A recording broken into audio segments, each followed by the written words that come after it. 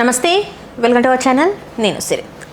తెలంగాణలో ఆంధ్ర కల్చర్ తీసుకొస్తుంది రేవంత్ రెడ్డి ప్రభుత్వం అని చెప్పేసి కొన్ని న్యూస్లు మనకి వస్తున్నాయి. ఏంటంటే అక్కడ అంటే ఆంధ్రాలో రికార్డింగ్ డ్యాన్స్లు అనేవి చాలా ఫేమస్. అలాంటిది ఇంతవరకు తెలంగాణలో ఎప్పుడు అవ్వలేదు.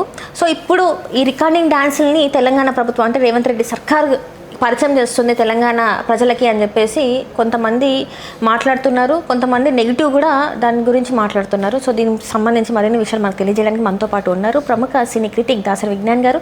నమస్కారం సార్. నమస్తే సార్. ఇప్పుడు ఏంటంటే తెలంగాణ సంస్కృతిలో అసలు రికార్డింగ్ డ్యాన్స్ అనేది లేదు. సో ఈ సంస్కృతిని తీసుకొచ్చింది కేవలం రేవంత్ రెడ్డి. ఇలాంటిది ఎందుకు చేస్తున్నారు? తెలంగాణలో లేనిది ఎందుకు ఇవన్నీ పరిచయం చేస్తున్నారు తెలంగాణ ప్రజలకు అని చెప్పేసి ఎక్కడ జరిగింది రికార్డింగ్ డాన్స్? అది సమ్ జాతర. ఏ జాతర? అదేంటంటే కొమ్మల జాతర అని చెప్పేసి ఆ జాతరలో రికార్డింగ్ డ్యాన్స్ అనేది అంటే చాలా అంటే ఇక్కడ చూసుకున్నట్టయితే కొంచెం మనము అంటే చెప్పలేని విధంగా వాళ్ళు డాన్స్ చేసింది అయితే నిజంగా వాస్తవమే. అది ఏదో చేసి ఉంటారు. కానీ ఇప్పుడు ఇక్కడ రేవంత్ రెడ్డికి ఆ రికార్డింగ్ డాన్స్ సంబంధం ఏంటి? ఆ అమ్మాయిలందరికీ ఫోన్లు చేసి రేవంత్ రెడ్డి ఏమన్నా పెట్టాడా? ఆ ఈవెంట్ ఆర్గనైజర్ రేవంత్ రెడ్డియా? లేకపోతే అసలు ఆ జాతర మొత్తం కర్త కర్మ క్రియ రేవంత్ రెడ్డి ఆధ్వర్యంలో కనుసన్నల్లో జరిగిందా? రేవంత్ రెడ్డి గారి కనుసన్నలో జరగకపోయినా అన్నప్పుడు మళ్ళీ రేవంత్ రెడ్డి ఎందుకు వచ్చాడు? ఎవరు ఎమ్మెల్యే ఎవరు? ఎవడో రేవంత్ అంటే కాంగ్రెస్ ప్రభుత్వంలో ఉన్న నాయకుడు మాత్రమే ఉన్నారు. ఇప్పుడు కాంగ్రెస్ ప్రభుత్వంలో నాయకుడు అక్కడ ఉన్నాడు. ఓకే. సో మరి వాళ్ళకి చెప్పాలి కదా ఇలాంటివి జరుగుతున్నప్పుడు. ఇది ఇలాంటివి అంటే ఎలాంటివి? ఇలాంటి రికార్డింగ్ డాన్స్లు కొంచెం అసభ్య. రికార్డింగ్ డాన్స్ అంటే అసభ్యంగా అంటే ఏం జరిగింది అక్కడ? ఏం జరిగిందంటే అమ్మాయిలు ఏమన్నా బట్టలిపి డాన్స్ చేస్తారా? అబ్బాయిలు ఏమన్నా బట్టలిపి డాన్స్ చేస్తారా? అంటే మొత్తం నగ్నంగా కాదు, అర్ధనగ్నంగా కాదు, కానీ కొంచెం ఏమంటారు యువతని అట్రాక్ట్ చేసే విధంగా పొట్టి బట్టలు వేసుకొని డాన్స్ చేస్తుంటారు. అంతేనా? ఇప్పుడు మన హైదరాబాద్లో ఎన్ని పబ్బులు ఉన్నాయి? చాలా అనేకం ఉన్నాయి. అన్ని పబ్బుల్లోకి ఇప్పుడు వెళ్ళు, గాగ్రా చోళీ వేసుకొని కంచి పట్టు చీర కట్టుకొని ఫుల్ నిండుగా పట్టు పంచ కట్టుకొని ఏ యువత డాన్స్ వేస్తుంది? పబ్లిక్ అలాంటి వస్త్రధారణతో వెళ్ళారు కదండి. అట్లాంటి అంటే రూల్ ఏమన్నా ఉందా? పబ్లిక్ ఈ వస్త్రధారణే వేసుకోవాలి, నువ్వు ఇక్కడ దాకా వేసుకుంటేనే మేము ఎలవ్ చేస్తామని పబ్బు బయట బోర్డులు ఏమైనా ఉన్నాయా? లేవు కదా. బోర్డు లేవు కాబట్టి సారీస్లో కూడా వెళ్ళొచ్చు అంటారు మీరు. నీ ఇష్టమ్మా. అదొక వెన్యూ. నువ్వు తినడానికో తాగడానికో ఏదో ఫుడ్ ఎంజాయ్ చేయడానికో అక్కడికి వెళ్తావు, సౌండ్ ఎంజాయ్ చేయడానికో అక్కడికి వెళ్తావు. నీ వస్త్రధారణ ఇంపార్టెంట్ కాదు కదా అక్కడ. ఈ వస్త్రధారణ ఉంటేనే నువ్వు ఇక్కడ రావాలని ఏం లేదు కదా రూలు. అవునా? సో అలాంటి పబ్బులు కాంగ్రెస్ హయాంలోనూ ఉన్నాయి, బీజేపీ హయాంలోనూ ఉన్నాయి, తెలుగుదేశం హయాంలోనూ ఉన్నాయి, వైఎస్ఆర్సీపీ హయాంలోనూ ఉన్నాయి. ఇప్పుడు నువ్వు చెప్పిన పార్టీ కాంగ్రెస్ కాకుండా వాళ్ళ అపోజిషన్ బీఆర్ఎస్ హయాంలోనూ ఉన్నాయి. అయితే ఇప్పుడు ఏంటి ప్రాబ్లం ఏంటి అంటే ఆ పబ్బుకి ఇలాంటి డ్రెస్ వేసుకొని రావాలని కేసీఆర్ చెప్పాడా? ఇలాంటి డ్రెస్ వేసుకొని రావాలని వైఎస్ జగన్మోహన్ రెడ్డి చెప్పాడా? ఇలాంటి డ్రెస్ వేసుకొని రావాలని చెప్పేసి ఇంకెవరైనా చెప్పారా? చంద్రబాబు నాయుడు చెప్పాడా? నరేంద్ర మోడీ చెప్పాడా? ఇంకెవరైనా చెప్పారా? ఎలా అంటావు? ఇప్పుడు తెలంగాణ సంస్కృతిలో ఇదేదో లేదు, ఉండకూడదు, ఇదేదో ఇంకోటి, ఎందుకంటే అక్కడ పొట్టి బట్టలు వేసుకొని ఏదో ఉన్నారు అని చెప్పేసి నువ్వు చెప్పావు. మరి ఏంటి చెప్పు? తప్పు కాదంటారు ఇలాంటి డాన్స్. ఇప్పుడు తప్పు ఒప్పు పక్కన పెట్టేద్దాం. ఇది తప్పు ఒప్పు దగ్గర రావడానికి మనకు మధ్యలో చాలా ఉంది వ్యత్యాసం. ఇది తప్పు ఇది ఒప్పు అని మాట్లాడుకునే ముందు తెలంగాణ ప్రభుత్వం, రేవంత్ రెడ్డి ప్రభుత్వం, ఇప్పుడు ప్రజెంట్ ఉన్న రేవంత్ రెడ్డి గారే ఇవన్నీ చేపిస్తున్నాడు అన్నట్టుగా నువ్వు పోర్ట్రే చేసావు కదా. అదే ఈ సంఘటన పోర్ట్రే చేసింది. సో దాని అర్థం ఏంటి అని I just want to ask. అంటే ఇంతవరకు మన తెలంగాణ తెచ్చుకున్న తర్వాత ఊరికి దేశానికి ఎందుకు పనికిరాని ఒక సుంటని, ఒక గాడిదని మీరు నెత్తినెక్కించుకొని కూర్చుంటే ఆ సుంట, ఆ గాడిద, ఆ ఊరికి దేశానికి ఎందుకు పనికిరాని ఆ గాడిద ఏం చేశాడంటే పబ్ కల్చర్ని పెంచాడు. వాళ్ళ ఇంటి వాళ్ళే చేశారు ఆ వ్యాపారం. అండ్ వాడే మొత్తం ఉన్న ఫామ్ హౌస్లన్నీ నింపాడు జనాలతో.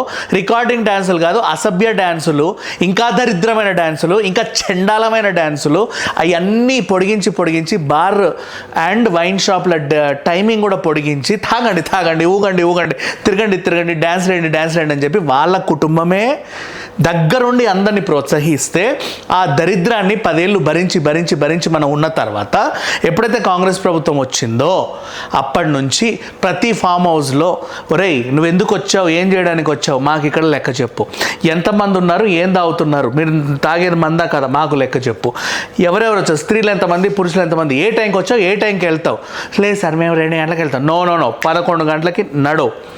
ఈ రూల్స్ అని తెచ్చిందే కాంగ్రెస్ గవర్నమెంట్. యాక్చువల్ చెప్పండి, అంత ముందున్న చండాలం చాలా చండాలాలు చేసిన తర్వాత కాంగ్రెస్ ప్రభుత్వం వచ్చిన తర్వాత, అంత ముందున్న వాళ్ళు ఇంకా చెప్పాలంటే ఈ పొడిపించుకునేవి పీల్చుకునేవి అన్నిటి కూడా యథేచ్ఛగా ఎంకరేజ్ చేస్తే, వీళ్ళు వచ్చిన తర్వాత దాన్ని ఒక ఎండ్ పలికారు అంటే పలికారని కూడా నేను అనలేదు, ఎందుకంటే అది వాళ్ళు పలికినంత మాత్రం అది ఎండ్ అయిపోదు, ఇంకా కొనసాగుతూ ఉంది కొంచెం అక్కడో ఇక్కడో అట్లీస్ట్ భయం లేకుండా.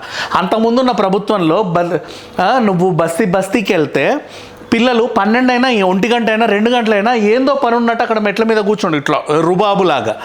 ఇప్పుడు 11 దాటితే అందరు ఇళ్ళకి వెళ్ళాలి, ఎవడు బయట కూర్చోడానికి లేదు. ఫంక్షన్ హాల్స్ అయినా 11:30కు ముయ్యాలి. నువ్వు ఎంతైనా ఊరేగింపులు అంటే కుదరవు. ఇట్లాంటివన్నీ ఈ ప్రభుత్వం తెచ్చినట్టు. ఈ ప్రభుత్వాన్ని అర్థం ఏంటంటే యువత డ్రగ్స్కి అలవాటు పడకూడదు, ఓకేనా, రాత్రులు ఎక్కువసేపు ఉండకూడదు, గింజాయిలు అడ్డమైనవన్నీ తీసుకొని ఏదో చేయొద్దు. ఇప్పుడు అన్నదానికి ఒక పేరు ఉంది, రేవ్ పార్టీ అని. ఇలాంటివన్నీ జరగకూడదు ఫామ్ హౌస్లలో అని చెప్పి వీళ్ళు ఒక చెక్ పెట్టారు. మద్యం షాపులకైనా బార్లకైనా ఒక లిమిటేషన్ పెట్టారు. సో ఎవడో అడ్రస్ లేనోడు, ఎవడో గాడిద సుంట, ఊరికి దేశానికి ఎందుకు పనికిరాని పనికి మాలిన సుంట చెప్పిన వార్త ఇది. చెప్పాలి అంటే నేను ఓపెన్గా చెప్తా, వాడు ఎవడు చెప్పినా నాకు అనవసరం. మీరు చెప్పిన దాని ప్రకారం చూసుకున్నట్టయితే ఈ మధ్యకాలంలో నేను చూసుకున్నంత వరకు అయితే ఒక సర్వే ప్రకారం గత 10 ఏళ్ల కన్నా ఎవడు చేశాడు ఆ సర్వే? 3 సంవత్సరాలలో ఎక్కువ క్రైమ్ రేట్ పెరిగింది. ఎందుకంటే మనమే చేస్తున్నాం ఎన్ని క్రైమ్స్ కదా. ఒక నిమిషం చెప్తా విను. అసలు ప్రభుత్వమే లేదు, రాష్ట్రపతి పాలన లేదా ప్రభుత్వమే లేదు, ఓకేనా, ప్రెసిడెంట్ పాలన ఉంది. అంటే క్రైములు జరగవద్దు, అమ్మో ప్రెసిడెంట్ పాలన ఉంది నేను వీడిని పొడవద్దు, ప్రెసిడెంట్ పాలన ఉంది నేను వీడిని రేప్ చేయొద్దు, ప్రెసిడెంట్ పాలన ఉంది నేను ఇంట్లో దొంగతనం చేద్దని ఎవడన్నా ఊరుకున్నాడా? ఎక్కడైనా క్రైములు జరగాలనుకుంటే జరుగుతూనే ఉంటాయి. అండ్ సర్వే ప్రకారంగా, ఆ సర్వే ఎవడు చేశాడో నాకు తెలియదు కానీ గత 10 ఏళ్లలో కనీసం 90% ఉంటాయి, ఇప్పుడు 9% ఉంది క్రైమ్. ఆ 9%నే మనం పదే మాట్లాడుకుంటున్నాం. గత 10 ఏళ్లలో 90% ఉంది క్రైమ్, అది జరిగింది. అండ్ ఇంకోటి, క్రైమ్ ఆపాలి అంటే ఆ నియోజకవర్గంలో ఓ ఎమ్మెల్యే ఓ ఎంపీ ఎవరో ఒకరు బలంగా ఉండాలి. అమ్మో మా ఎమ్మెల్యే చాలా స్ట్రిక్ట్, మేమేమన్నా చేస్తే అసలు ఊరుకోడు, అలా ఉండాలి. గత 10 ఏళ్లలో ఆ ఎమ్మెల్యే ఎవడికి తెలియదు, ఎంపీ ఎవడికి తెలియదు, అసలు వాడి ఎమ్మెల్యే వాడి ఎంపీ అనే విషయం వాడికి కూడా తెలియదు. అడ్రస్ లేని ఒక 10 మందిని నిల్చోబెడితే ఒక్కడు దేనికి పనికిరాడు. అట్లాంటి అడ్రస్ లేని వాళ్ళు అందరూ ఉన్నారు. ఇప్పుడు చెప్పుకుంటే ప్రతి ఎమ్మెల్యేకి ప్రతి ఎంపీకి అడ్రస్ అనేది ఉంది. అమ్మో ఇది చేయాలంటే నాకు భయం వేస్తుంది, అలాంటి వాళ్ళు ఉన్నారు. అట్లీస్ట్ కనీసం అంతకుముందు నువ్వు చెప్పుకునే ఒక ఫ్యామిలీ పేర్లు తప్ప, ఓ తలకై తండ్రి కూతురు కొడుకు తప్ప ఇంకెవడు లేడు, ఓ అల్లుడు తప్ప ఇంకెవడు లేడు. ఇప్పుడు తండ్రి కూతురు అల్లుడు కాదు, ముఖ్యమంత్రి స్థానంలో కూడా ఉన్న మనిషికి కూడా డైరెక్ట్గా నిర్ణయం తీసుకునే హక్కు లేదు.